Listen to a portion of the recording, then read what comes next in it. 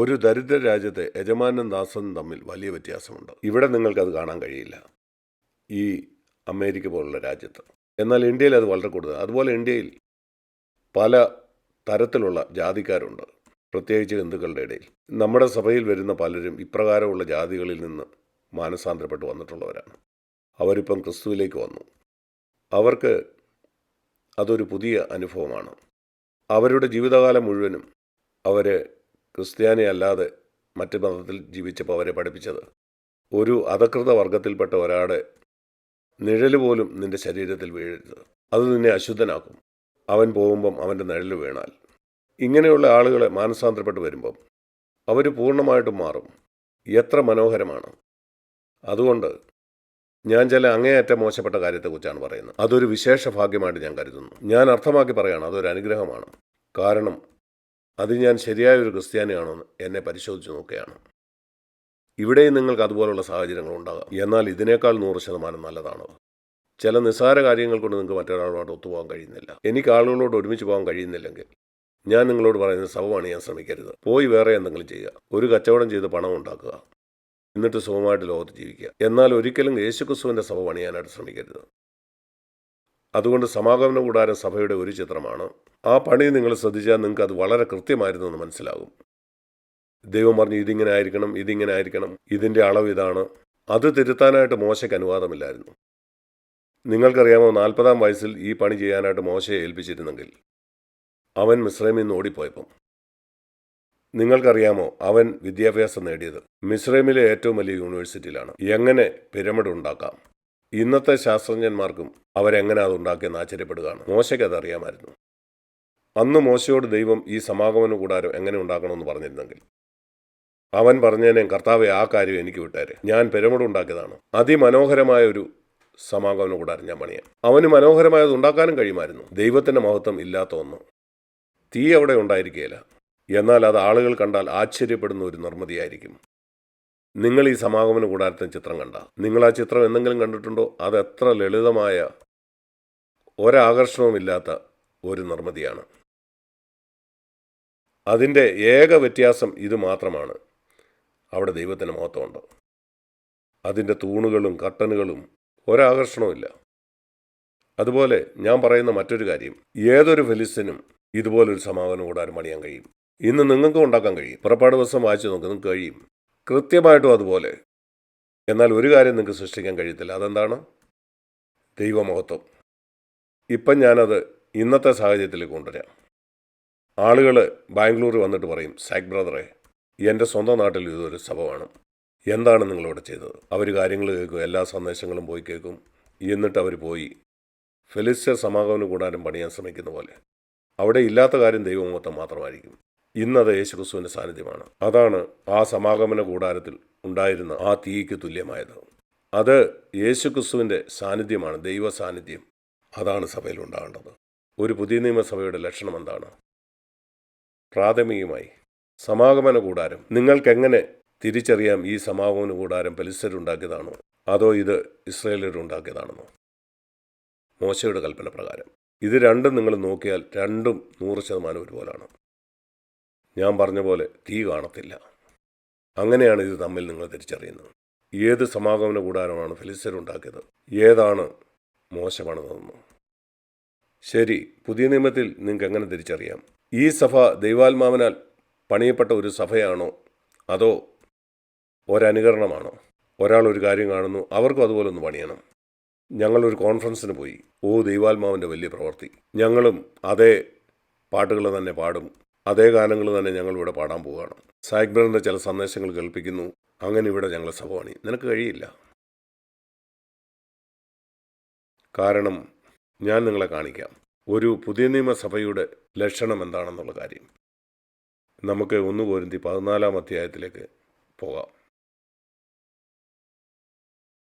1 കൊരിന്ത്യർ 14-ാം അധ്യായത്തിൽ പറയുന്നത്, അവിടെ ഇങ്ങനൊരു കാര്യം പറയുന്നുണ്ട്.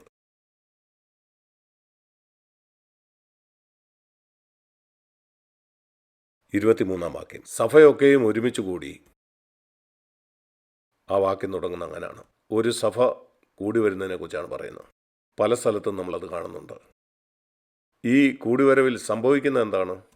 നിങ്ങളുടെ കൂടിവരവിൻ്റെ ക്രമം എങ്ങനെയാണെന്നുള്ളതല്ല പ്രധാനം. ഞാൻ നിങ്ങളോട് പറഞ്ഞല്ലോ, നിങ്ങൾ ആ ക്രമം മറന്നു കളയുക. ചില ആളുകൾ 1 കൊരിന്ത്യർ 14 വായിച്ച് ഇതിലെ ക്രമം എന്താ?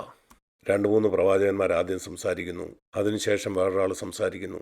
ഇതുപോലുള്ള കൂട്ടായ്മകൾ ഞാൻ സംബന്ധിച്ചിട്ടുണ്ട്. ഒരു ജീവനും ഇല്ലാത്ത സ്ഥലം, ജീവനില്ലാത്തത് പിന്തുടരുന്നത് മാതൃകയാണ്. മോശയുടെ ക്രമം ഫെലിസ്ത്യർ പാലിക്കുന്ന പോലെ.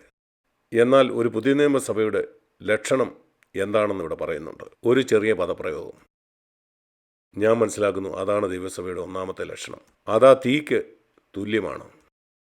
അത് ഈ 1 കൊരിന്ത്യർ 14 പറയുന്നുണ്ട്. അവൻ പറയുന്ന ഒരു അവിശ്വാസി വന്നാൽ 23-ാം വാക്യത്തിൽ സഭയൊക്കെയും ഒന്നിച്ചുകൂടി വരുമ്പം അവരെല്ലാവരും അന്യഭാഷയിൽ സംസാരിക്കുന്നുണ്ട്. അതല്ല അതിൻ്റെ ലക്ഷണം.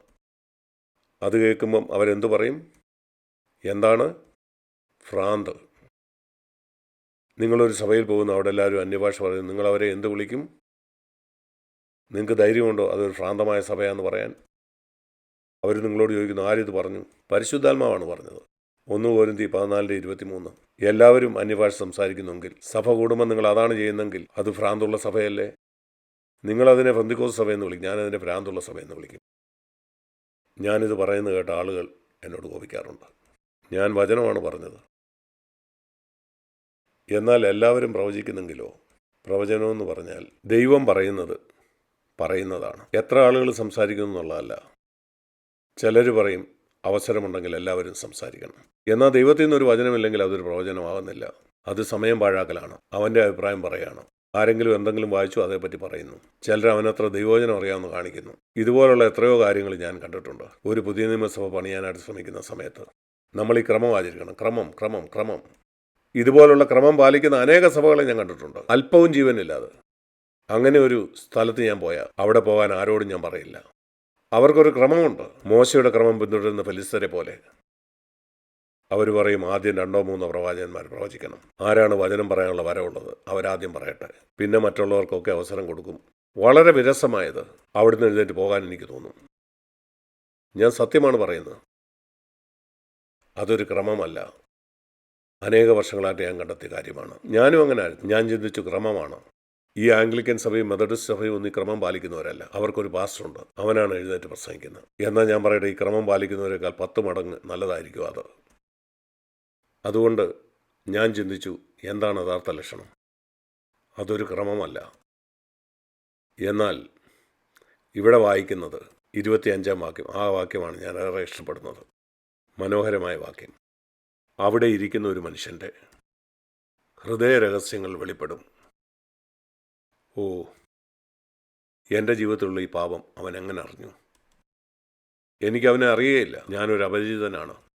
അവിടെ പ്രസംഗിച്ചുകൊണ്ടിരിക്കുന്നവൻ നേരെ എന്നോടാണ് സംസാരിക്കുന്നത്. എൻ്റെ രഹസ്യ ജീവിതം അറിയാവുന്ന പോലെ. ഞാൻ എൻ്റെ ഭാര്യയോട് എങ്ങനെയാണ്, ഞാൻ എങ്ങനെയാണ് എൻ്റെ കുഞ്ഞുങ്ങളെ വളർത്തുന്നതെന്ന്. അവൻ്റെ ഹൃദയത്തിലെ രഹസ്യങ്ങൾ അത് വെളിപ്പെട്ട് വരുന്നു. അതിനോടവന് 2 തരത്തിൽ പ്രതികരിക്കാം.